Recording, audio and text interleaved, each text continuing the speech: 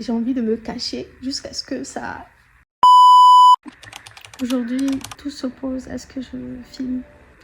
J'ai pas assez dormi, donc mon visage est super gonflé. C'est le genre de jour où, vous savez, quand vous réveillez, que vous regardez votre face et que vous êtes en mode c'est qui ça? Bah moi c'est aujourd'hui, sauf qu'aujourd'hui c'est l'une des journées de la semaine où j'ai vraiment l'occasion de tourner une vidéo et ça tombe sur une journée où tout n'est pas réuni pour que ça se fasse bien. Et je me dis, il faut que je partage ça avec vous parce que bah, c'est ça aussi la vie. Il y a des jours comme ça où vous pouvez avoir toute la motivation du monde. Il y a quelque chose qui ne va pas, qui n'est pas présent, il y a quelque chose qui manque. Et ces derniers temps, je vis un cycle assez paradoxal. C'est-à-dire qu'il y a deux facettes de moi qui cohabitent ensemble aujourd'hui. Et ça fait que déjà quelques jours où je suis à la fois très heureuse et à la fois je pense beaucoup à des choses qui me rendent triste, à des choses qui ne vont pas, à des choses négatives. En fait, il y a une qui est super blessée, il y a l'autre qui essaye de la guérir, qui essaye d'avancer, qui essaye de bien faire les choses. Et c'est compliqué. C'est compliqué parce que celle qui est positive, qui voit le verre à moitié rempli, qui essaye d'aller de l'avant, qui essaye de guérir, qui essaye d'être la plus honnête possible avec elle-même. Tout ce qui est bien, quoi.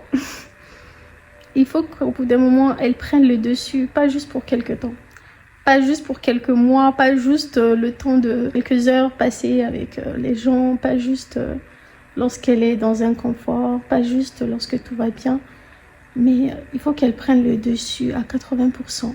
Je pense que une des choses que l'année 2024 m'a apprise, c'est l'importance de mon estime de moi dans ma vie, sur tous les plans. L'importance de comment je me vois, de comment je prends soin de moi, de comment je m'aime réellement, profondément. Parce que de l'estime de soi découle tellement de belles choses, comme la douceur avec soi-même, la patience, et ça vient détruire aussi l'auto-sabotage qu'on peut avoir. Ça vient un peu détruire toutes ces émotions qui nous empêchent de guérir.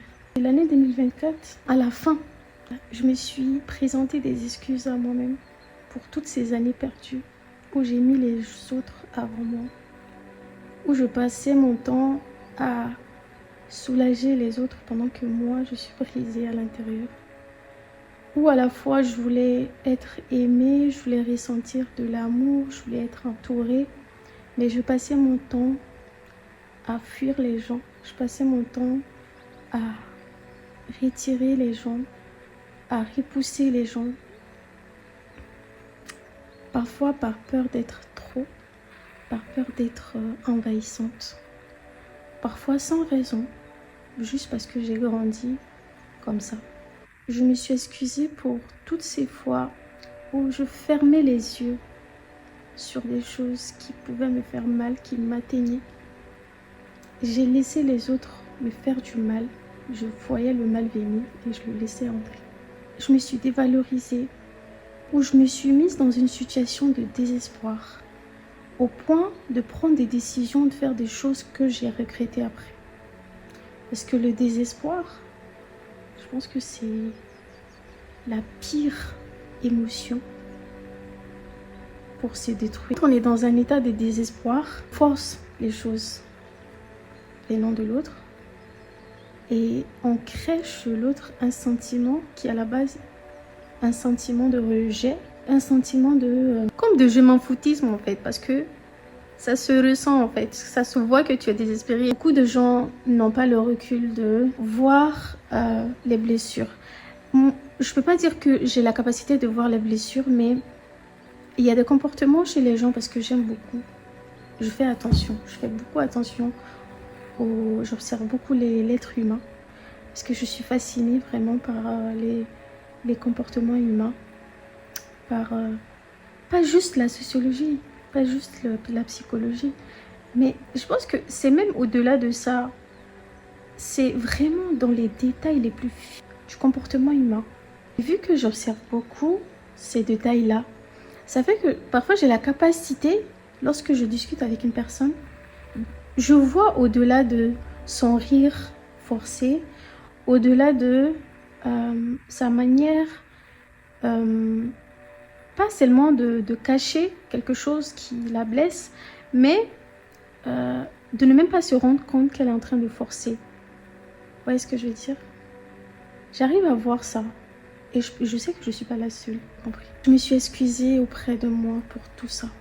Je me suis regardée dans le miroir quand j'essayais de regarder toutes les choses que j'ai jamais pris le temps de regarder vraiment chez moi. C'est-à-dire que autant j'observe les autres, autant je prête de l'attention aux sentiments, aux émotions et aux besoins émotionnels des autres, autant j'ai pas pris ce temps-là pour moi. J'ai pas pris ce temps d'observation dans les détails envers ma propre personne. Pourquoi c'est trop proche de moi là? Je sais même pas comment j'arrive à avoir le courage de filmer comme ça. Déjà la caméra est super proche. Mon visage, je ne vous parle même pas de comment je me vois aujourd'hui. Pas que je me vois moche ou vilaine ou quoi. Non mais c'est le genre de jour où j'ai envie de me cacher jusqu'à ce que ça... Mais bon, tout ça, ça fait partie de tout ça, ça fait partie de l'humain. Ok, on est des êtres humains, on n'est pas parfait. J'ai pas assez dormi, j'ai eu beaucoup de réveils. On est en plein Ramadan. Tu dois à la fois gérer les réveils nocturnes de ton enfant, gérer un peu la maison, gérer ton mari, toi-même. Enfin, on se perd, ok? Souvent, on n'a pas le temps. Ok, on n'a pas le temps. Cette cohabitation-là, cette vidéo est super longue. Je parle super lentement. Je ne sais même pas si vous allez avoir le courage de la regarder en entier sans que ça me soit lourd. Je m'excuse d'avance parce que je pense que j'aurai même pas le temps de bien l'éditer. Cette cohabitation est assez complexe et je sais que parfois on a les solutions en nous. Lorsqu'on ne change pas ce qui est en nous, on ne peut pas transformer vraiment notre vie. Ça décrit tellement même tout ce que je suis en train de dire. Parce qu'en réalité, lorsque ton toit de l'intérieur est en 1000 morceaux, et quand je dis 1000 morceaux, ça ne veut pas dire forcément que tu es complètement brisé et que ça ne va pas du tout. Genre, il n'y a rien qui va dans ta vie, non. Ça veut dire qu'il y a beaucoup de choses qui sont comme ça, placées, et qui ne sont pas en ordre, qui ne sont pas entretenues, qui ne sont pas bien gérées. Et ça, lorsqu'on n'arrive pas à prendre conscience qu'il faut aller réparer ça, on ne pourra jamais être prêt à accepter tout ce que la vie peut vous donner, tout ce que la vie, Dieu peut nous donner. Et ces choses-là, très, très souvent, sont liées, on le sait tous, à nos blessures d'enfance, tout ce qu'on a pu... tout ce qui a constitué notre construit, tout ce qui a fait que on a parfois des pensées limitantes. Hein. On répète souvent les mêmes schémas parce que justement, en fonction de comment on a construit un peu notre façon de penser, en fait, on ne donnera que ce qu'on a et ce qu'on a reçu, ce qu'on connaît. Et donc, lorsqu'on va pas déconstruire tout ça, qu'on va pas réparer tout ça là, c'est compliqué. Cultiver l'estime de vous-même, vraiment ça. Les gens ne font pas la distinction entre la confiance en soi et l'estime de soi. Je vois beaucoup de gens parler de confiance en soi en disant « ouais, j'ai manque ». Bon, je viens de rentrer des courses. Tout à l'heure, j'essayais de vous tourner une vidéo. Enfin, je l'ai tournée la vidéo, mais je ne l'ai pas terminée parce que mon téléphone m'a lâché. Je voulais du coup terminer cette vidéo parce que je peux pas juste en fait la balancer comme ça. Et je sais même pas si je vais la balancer d'ailleurs. Question. Je voulais dire quelque chose. Vous savez, le simple fait de vous avoir parlé, d'avoir parlé tout simplement en fait, d'avoir dit des choses, sorti toutes ces émotions que j'avais. Donc je disais, le simple fait de vous avoir parlé, d'avoir partagé tout ça avec vous, ça m'a fait du bien. Et je voulais souligner de par là, du coup, l'importance de parler, de libérer les mots. Oh là là, ça fait tellement de bien. Ça veut dire que peut-être que vous n'allez même pas m'aider. Il y en a, vous n'allez même pas vraiment regarder la vidéo. Il y en a, vous allez commencer, ne pas terminer. Vous n'allez pas vraiment m'aider en fait, tu vois. Bon, après, peut-être que vous pouvez. Si vous avez envie de dire quelque chose, il n'y a pas de souci. La barre des commentaires est là. Moi, je vous lis. Hein. C'est même pas ça. Ce que je veux dire, c'est que c'est pas tant le fait que vous allez m'apporter des solutions. C'est pas tant ce que ça peut renvoyer comme image. On s'en fout de tout ça en fait. On s'en fout de tout ça. Le plus important, c'est de libérer les mots et de se faire du bien. Parlez, dites ce que vous ressentez. Même si c'est à une personne, même si c'est à personne. Regardez, j'ai parlé à personne. J'ai pris mon téléphone, j'ai allumé ma caméra, j'ai tourné une vidéo où j'ai dit des choses, où j'ai dit des trucs que je ressentais. Ça m'a fait du bien. Derrière la caméra, il n'y a personne. Là, je suis en train de vous parler, je suis seule. Mais pourtant, ça m'a fait du bien. Pourtant, ça me fait du bien. Et c'est ce que je veux dire. Parce que parfois, on va trop se focaliser sur des détails qui n'ont aucune importance, qui n'ont vraiment pas lieu d'être. Je suis moi-même quelqu'un qui a du mal à se livrer. Trop même. Pour moi, c'est abusé même. J'ai vraiment du mal à dire des choses que je ressens. Autant je suis une pipelette, hein. Autant je parle beaucoup, vous me voyez, je parle beaucoup comme ça. Autant j'aime écouter aussi les gens. Je suis un peu la psy de mes amis. Je peux écouter des audios de 10 minutes. De 10 minutes. Ça ne va pas me fatiguer. Au contraire, ça va me faire plaisir de faire attention à tous les détails que vous allez dire. De pouvoir assister, de pouvoir vous écouter, de pouvoir vous aider si possible, de vous voir... Enfin bref. Autant, quand il s'agit de mes émotions, on ne me voit plus, je disparais. Quelque chose que j'apprends vraiment à me libérer de ça en fait. À me libérer de ce schéma que j'ai moi-même construit en me disant non, j'ai pas besoin de quelqu'un parce que de toutes les façons, vous n'allez pas m'apporter de l'aide. De toutes les façons, je vais dire ce que je veux dire ce que je ressens. Qu'est-ce que ça va changer? À ce que je ressens à ma vie, qu'est-ce que ça va changer? Montrer un peu ma vulnérabilité et ça c'est quelque chose que je déteste. Et donc, et aussi parce que j'ai appris à gérer beaucoup de choses seule, très tôt. Et quand tu apprends à gérer les choses seule, très tôt, c'est compliqué de construire ça. C'est compliqué de venir casser ce schéma-là et de t'ouvrir aux gens, d'essayer de demander de l'aide.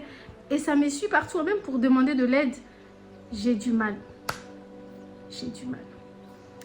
Je suis vraiment en train de me livrer à vous comme ça. On est en toute intimité là. Donc pour les quelques personnes qui vont passer par là, si vous êtes comme moi, apprenez à libérer les mots, à dire ce que vous ressentez. J'ai envie de vous dire à n'importe qui. Vraiment. Franchement. Et bon, pas à n'importe qui parce qu'il y a des gens vraiment qui sont mauvais, qui ont un mauvais fond.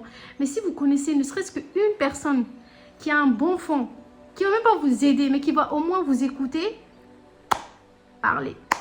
Vraiment. Parlez, libérez les émotions. Vous savez, il y a ce qui se passe dans ta tête et il y a ce qui se passe dans ta bouche. Les paroles ont une importance capitale, mais vraiment capitale. C'est comme quand je me regarde et que je dis dans ma tête que je suis bien habillée. Et quand je me regarde et que je prononce les mots de ma bouche, que je dis que je suis bien habillée, vous pensez vraiment que ça a les mêmes effets? Essayez.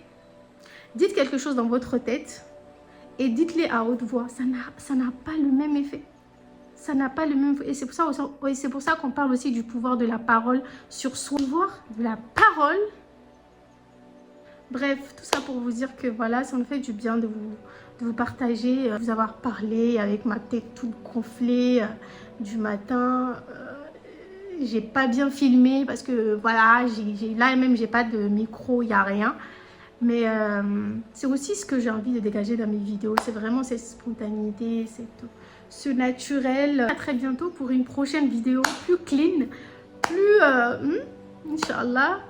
Et voilà, prenez soin de vous. Je vous fais de gros bisous. Mouah.